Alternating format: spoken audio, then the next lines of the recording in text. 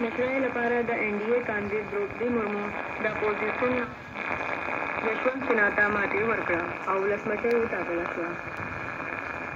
د څرګند پورته کولو مراسمو ته په پام سره د پرسونل او روزنې ریاست امرونه صادر کړل چې د مرکزي حکومت د ځینو دفترونو د جزوي تړلو لارښوونه کوي. د پارلمان د نوې ودانۍ د جوړولو کار هم باید د مراسمو پر مهال ودرول شي.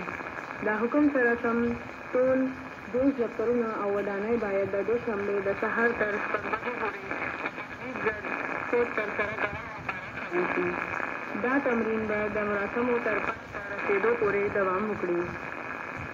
هغه ودانۍ چې د مخه به خالي شي پکې ساؤथ بلاک، نارث بلاک، ریل भवन، कृषि भवन, शास्त्री भवन, संचार भवन, PTI माणे, ऑल इंडिया रेडियो, सेना भवन, वायु भवन, सनद भवन او निर्माण भवन شامل دي.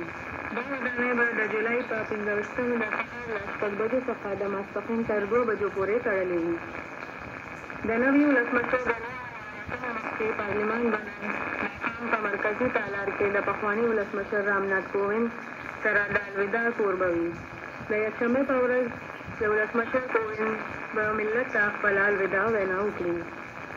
د قبایلي چارو مرکزي وزیر او د BJP مشر ارجن مونډا ویلي چې دا د ټولو لپاره د ویاړ خبره ده چې د قبایلي ټولنې یوه ښځه مېرمن द्रौपदी मुर्मू د هند ولسمشر په توګه ټاکل کېږي.